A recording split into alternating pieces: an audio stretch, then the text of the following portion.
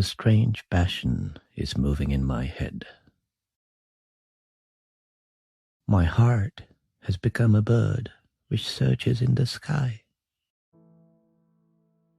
Every part of me goes in different directions. Is it really so that the one I love is everywhere?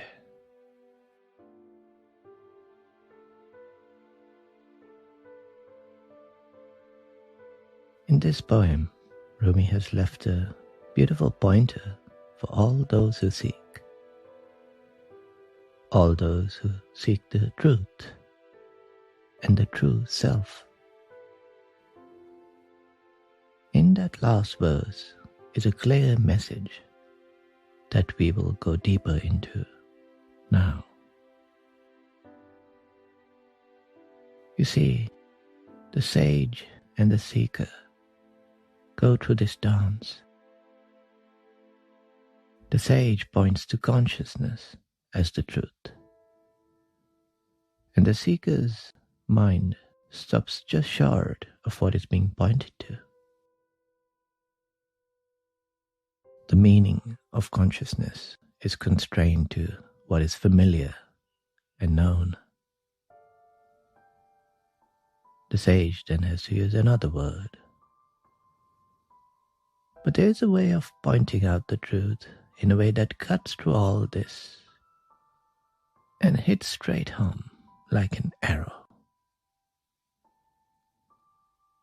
And that is by pointing out what you truly love.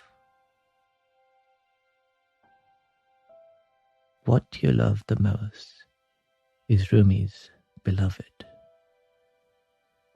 and the subject of this inner search. So what is most dear and precious to you?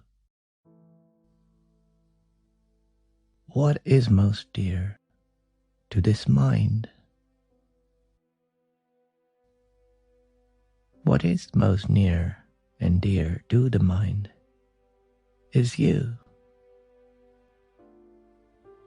The sentience to which the mind appears. The awareness that makes it possible. This is what is most dear and precious to every mind.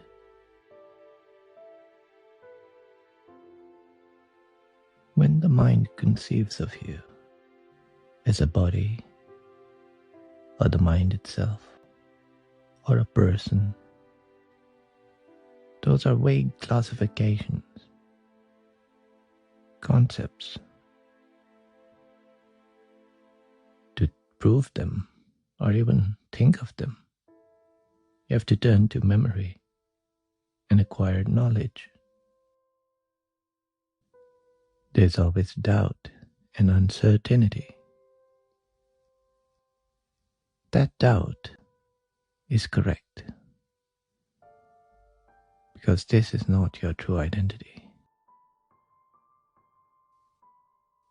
From the standpoint I am speaking from, the proof is simple and known through direct experience. You are sentient. Therefore, you are the sentience.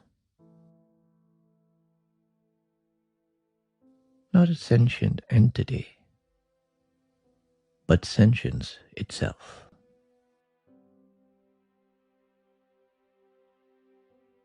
The one I love.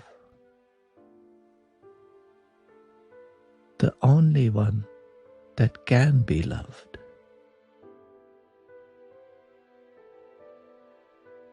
The insentient cannot be loved, can only be an expression of the beauty of the beloved,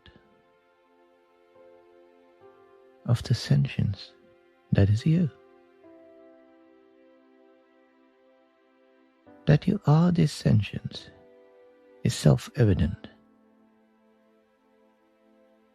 The mind says that sentience can be lost. But that is the mind's perspective with respect to this one body. Can you lose yourself?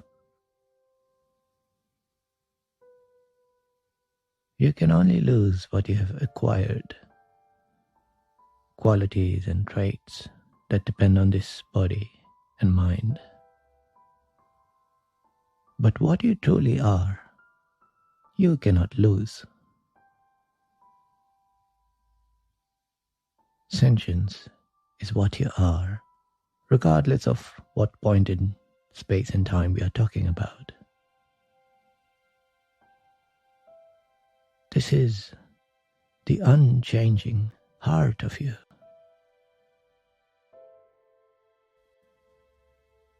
And if you say that what is most dear to this mind is not your own sentience, but that of someone you love, who is that someone in truth? Who are you calling your beloved? The mind associates this love with the faces, the voices, those few precious moments. But can you continue to love a body after it ceases to function? You would bury that body in the certain knowledge that the one you love is no longer in it. So what was it you loved in that body? All this talk of people, what is it truly about? Is it about events and memories? No. What you call a person is in fact one particular life being lived. Being lived by whom? By this sentience. This very same, self-same sentience. You. Every life is being lived by you. Each life is the experience of a subjective timeline. When it begins, it appears to you. When it ends, it subsides in you into your pure and timeless state. So, there is no escape from life for you, and no death for you. When life appears, it must be lived, seen out to its allotted span of time. But when the end approaches, smile. Your original state is absolute, undisturbed peace. The core of all this, the basis of all these minds and lives, is this pure sentience. The beloved,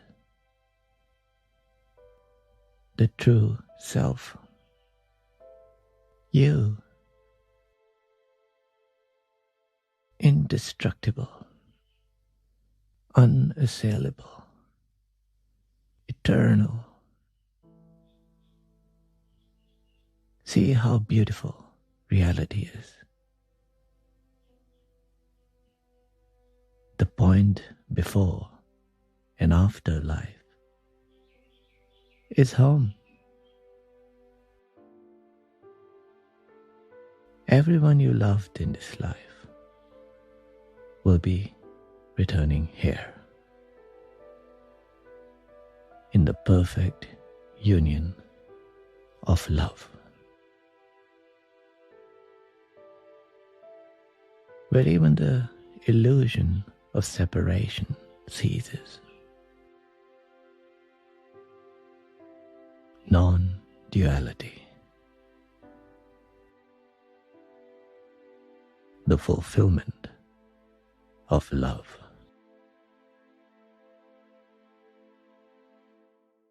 But even now, there's only the one. It is hard for the mind to comprehend this. So let it be odd. Let it go mad in love. Let it be like Rumi and ask, is it really so that the one I love is everywhere?